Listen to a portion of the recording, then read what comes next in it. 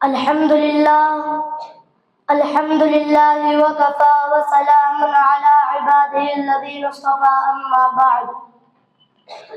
فأعوذ بالله من الشيطان الرجيم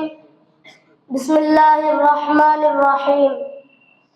يا أيها الرسول بلغ ما أنزل إليك من ربك وإن لم تفعل فما بلغت رسالته والله يعصمك من الناس۔ ترجمہ: اے نبی، آپ پر جو کچھ نازل کیا گیا لوگوں تک اس کو پہنچا دیجئے۔ اگر آپ نے ایسا نہ کیا تو آپ نے رسالت کا حق ادا نہیں کیا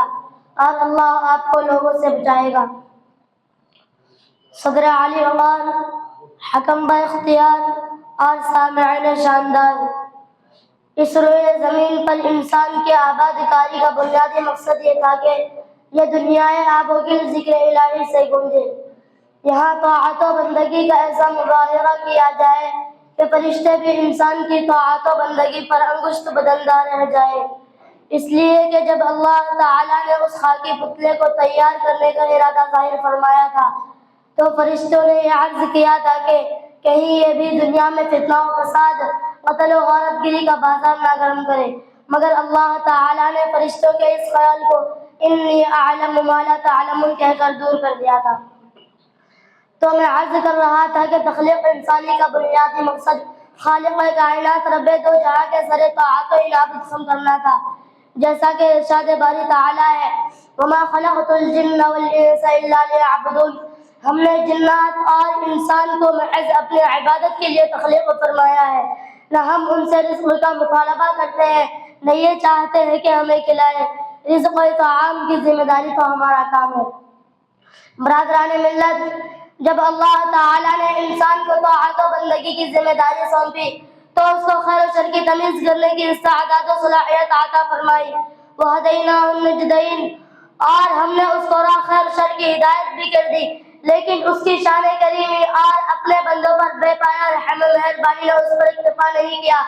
بلکہ اس کی فلاح و بہبود، رشد و ہدایت کے لیے انبیاء و مرسلین کا روحانی سلسلہ جاری فرمایا تاکہ ضلالت و جہالت، کفر و شرک کی تاریکی میں بھٹکنے والے، اصنام و اوثان کی پرستش کرنے والے لوگوں کو توحید و ایمان کے نور سے منور فرمائے اور ان کی معزز پیشانی کو معبودان باطل کی چوکھٹ سے ہٹا کر خالق حقیقی کے در پر جھکائے۔ برادران ملت، انبیاء و مرسلین کی بعثت کا سلسلہ ہر دور میں جاری رہا۔ ہر قوم و ملت میں بشیر و نذیر اور داعی و مشرق آئے اور انہوں نے بندگان خدا کو توحید و ایمان کا پیغام سنایا، عمل صالح اور اخلاص نیت کی دعوت دی، مثالوں کے ذریعے کفر و شرک کے بطلان پر دلیلیں قائم کی، شواہد و براہین، آیات و معجزات سے خدا کے وجود اور اس کی الوہیت و وحدانیت کو ثابت کیا، اور قرآن کریم نے جا بجا داعیان حق پیغمبران اسلام کے تذکرے کیے ہیں، ان کی سیرت و خصلت و پاکیزگی و طہارت کو بیان کیا ہے، جیسا کہ ارشاد ربانی ہے وَلَقَدْ بَعَثْنَا فِي كُلِّ أُمَّةٍ رَسُولًا أَنِ اعْبُدُوا اللَّهَ وَاجْتَنِبُوا الطَّاغُوتَ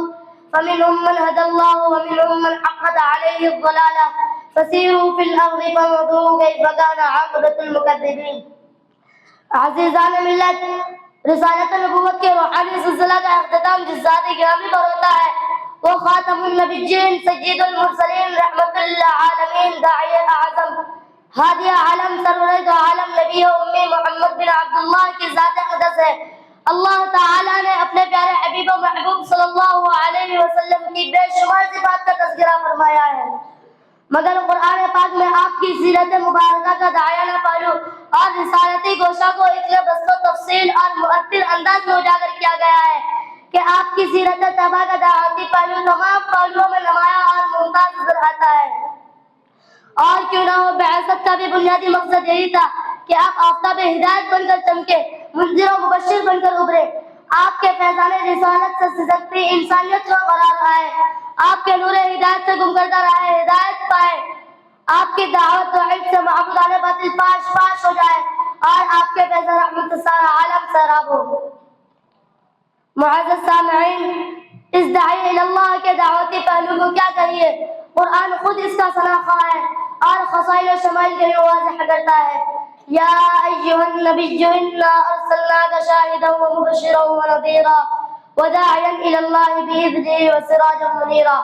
شاہد و مبشر کہا جا رہا ہے نذیر اور داعی اللہ کہا جا رہا ہے، سراج منیر کہا جا رہا ہے، اور منصب رسالت و نبوت پر کتنے پیارے انداز میں سرفراز کیا جا رہا ہے کہ اے محمد ہم نے آپ کو بھیجا اور داعی بنا کر بھیجا ہے، سراج منیر بنا کر مبعوث فرمایا ہے۔ آپ آفتاب رسالت ہے، مہتاب نبوت ہے، دلیل راہ ہے، آپ عام انسان نہیں، آپ تو ہمارے خاص بندے بن گئے ہیں۔ اب دنیا آپ کو محمد بن عبداللہ کے بجائے محمد رسول اللہ کہے گی۔ کتنے عظیم نسبت ہے، لہذا اس بارے گراہ کو اٹھاتے ہی آپ کو اپنا حق ادا کرنا ہے، سب آرام و چین چھوڑ کر دنیا سے بے نیاز ہو کر ہمارا پیغام سنانا ہے۔ لہذا قم فانذر کا حکم ملتا ہے کہ اٹھیے اور لوگوں کو ڈرائیے، اور ساتھ ہی ساتھ داعیانہ صفات اور عادات پیدا کرنے کا حکم ملتا ہے۔ وَرَبَّكَ فَكَبِّرْ وَثِيَابَكَ فَطَهِّرْ وَالرُّجْزَ فَاهْجُرْ وَلَا تَمْنُنْ وَتَسْتَكْبِرْ وَلِرَبِّكَ فَاصْبِرْ۔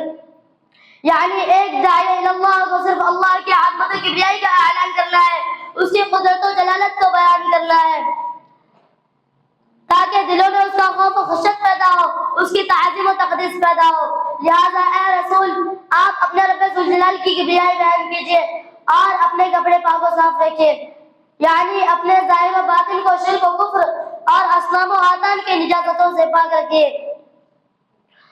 آپ کو نماز سے عبادت کا حق ادا کرنا ہے اور قرب خدا سے ہمدم مستفیض ہونا ہے۔ آپ کو تزکیہ قلب کرنے کا منصب عطا ہوا ہے، اس لیے آپ خود بھی مزکی و منقی رہیے۔ یہی داعیانہ شان ہے، یہی بندگی کی آن ہے، اور ہر قسم کی گندگی و نجاست سے دور رہیے۔ اور اس لیے احسان مت کیجیے کہ زیادہ مال و دولت حاصل کرے، آپ کو تو خالصۃ لوجہ اللہ حق ادا کرنا ہے، اور آپ کو تو خالصۃ لوجہ اللہ حق ادا کرنا ہے، اور عجز و طمع سے بچنا ہے، اور حوصلہ مندی و اولو العزم کا ثبوت دینا ہے۔ اپنے رب کی راہ میں تمام مصائب و مشکلات، طعن و تشنیع کا صبر و استقامت سے مقابلہ کرنا ہے۔ برادران اسلام، رسول عربی صلی اللہ علیہ وسلم نے دعوت و تبلیغ، اصلاح و تربیت کا جب آغاز کیا اور وَأَنذِرْ عَشِيرَتَكَ الْأَقْرَبِينَ پر عمل کرتے ہوئے اپنے گھر اور خاندان والوں کو سب سے پہلے خدا کا پیغام سنایا، شرک و کفر سے باز آ جانے کی تلقین فرمائی، تو یہ ایک ایسا انقلابی قدم تھا جس نے محمد بن عبداللہ کو دنیا کے سامنے محمد رسول اللہ کی حیثیت سے پیش کیا۔ یہیں سے ابتلاء و آزمائش کا دور شروع ہو جاتا ہے، اس داعیے پر حق کے صبر و استقامت کا امتحان ہوتا ہے۔ اب تک جو نوجوان صادق و امین تھا، شاعر کہنے مجنون کہلاتا ہے، ادب و احترام کی جگہ ذلت و اہانت کا معاملہ ہونے لگتا ہے، مخالفتوں کا ایک لامتناہی سلسلہ شروع ہو جاتا ہے۔ لیکن بھلا دنیا اور دنیا والوں کی مخالفت اس کے مشن کو کیوں کر روک سکتی تھی کہ اس کی بعثت اس خدائی تحریک کو جاری و سارے رکھنے اور بندگان خدا کی رد و ہدایت کے لیے ہوئی تھی۔ اس کو تو فَاصْدَعْ بِمَا تُؤْمَرُ کا حکم ملا تو اس کو بباغ دل پیغام حق سنانے کا حکم دیا گیا تھا، اور تاریخ شاہد ہے کہ اس مبشر و شاہد نے اپنی صدائے حق سے ایوان باطل کی بنیادیں ہلا دی۔ وہ بجلی کا کڑکا تھا یا صوت ہادی، وہ بجلی کا کڑکا تھا یا صوت ہادی، عرب کی زمین جس نے ساری ہلا دی۔ برادران اسلام،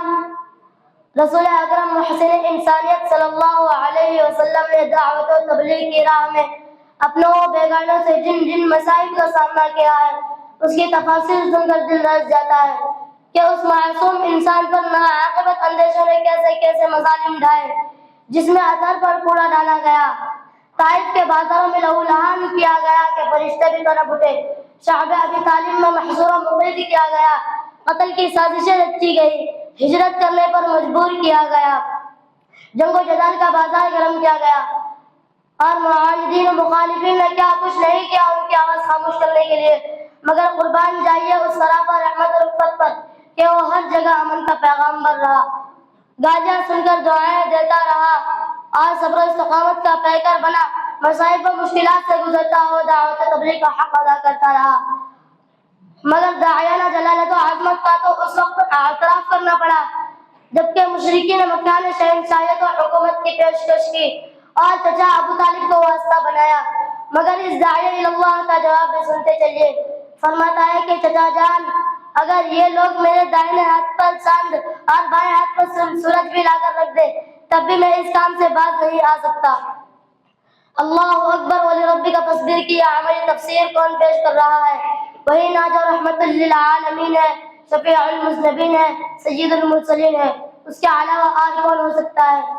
ذرا تاریخ و سیرت اٹھا کر دیکھ لیجئے کہ دعوت و تبلیغ کا